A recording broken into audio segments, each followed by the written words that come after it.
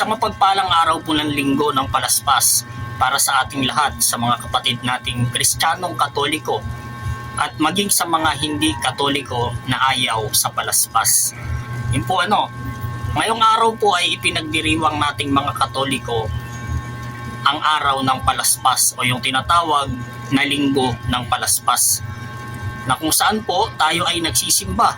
Nawa po ang lahat sa atin ay nakapagsimba na.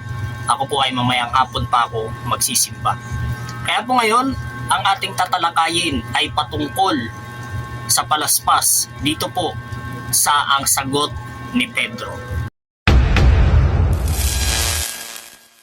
Ano po ba ang kahalagahan ng ating isinasagawang pagdiriwang ng linggo ng palaspas? Isinasagawa lang ba natin ito dahil sa gusto natin? Sinasagawa lang ba natin ito bilang palamuti sa ating mga tahanan? Hindi po, sapagkat mayroon po itong malalim na pinag-ugatan. Dito po mula sa talata ng Biblia na ating tatalakayin at ating babasahin, dito po sa Juan, ang kabanata ay 12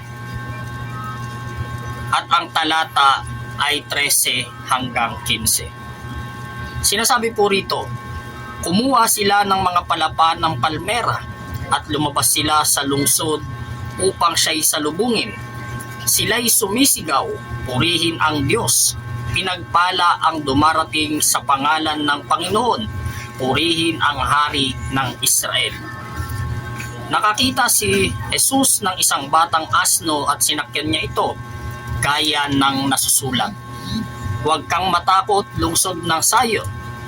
Masdan mo dumarating ang iyong hari, nakasakay sa isang batang asno.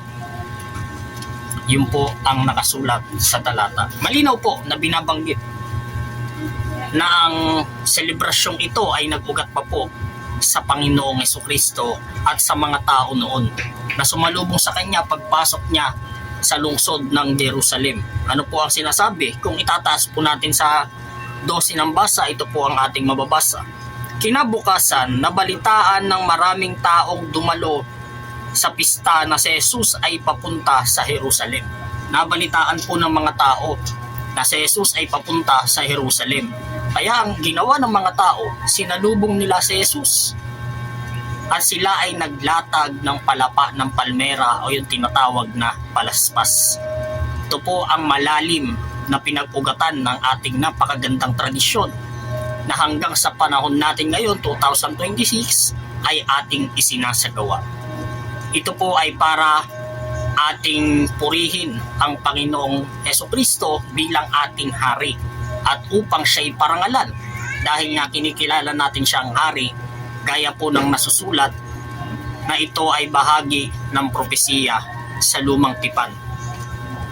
Kaya po mga kapatid, ating isinasagawa ang pagdiriwang na ito sapagkat ito ay nagmula pa sa Panginoong Jesucristo.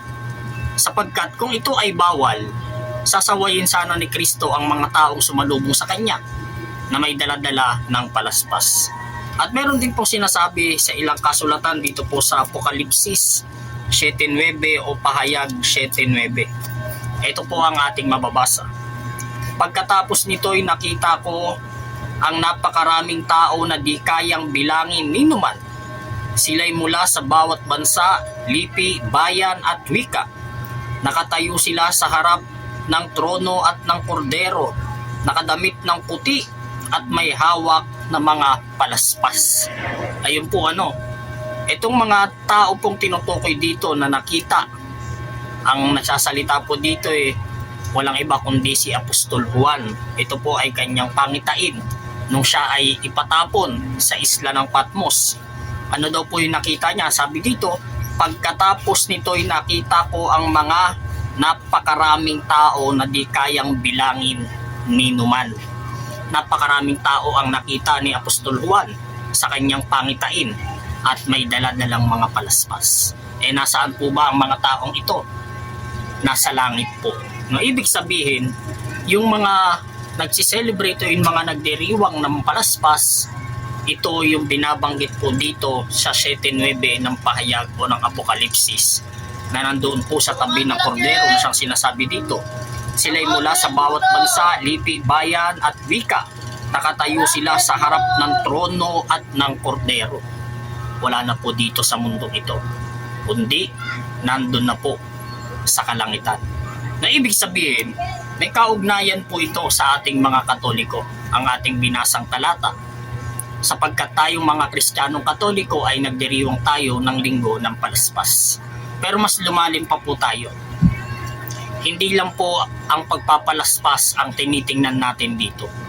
Dahil po kapag tayo ay dumating na sa linggo ng palaspas, ibig sabihin kinabukasan magsisimula na po ang mahal na araw o yung Holy Week na tinatawag. Ngayon po ay linggo at bukas po ay Lunes Santo na. Ibig sabihin magsisimula na po tayo para sa ating mga mahal na araw mula Lunes hanggang Linggo. Dahil po tayo ay papasok na sa ganitong mga panahon na tinatawag na Holy Week, dapat po tayo ay mag-reflect bilang isang mga Katolikong Kristiyano. Unahin po natin na mangumpisal bago po tuluyang magsimula ang Holy Week o mga mahal na araw. Kaya inaasahan ko po, ini-encourage ko po ang lahat ng mga Katolikong Kristiyano na makapanonood ng video ito na sana lahat po tayo ay makapagkumpisal upang tayo ay handa sa pagpasok sa mga mahal na araw. Magsisimula na po bukas ang Lunes Santo at tayo po ay dapat mag-alay ng panalangin. Tayo ay mag-abstain sa mga masasamang bagay, sa mga masasamang salita at sa mga karne. At tayo po ay mag-fasting. Sino po ang gagawa nito? Yung mga edad 14 years old hanggang 60 years old na walang sakit, na mga hindi nag-medical treatment. Yun po yung mga gumagawa nito. Kaya ngayon papalapit na ang Holy Week, atin pong pag-alayan ng panalangin, pangungumpisal, fasting and abstinence. Iwasan po muna natin ang gumalagala kung saan-saan. Tayo po ay dapat na magninilay-nilay sa panahong ito.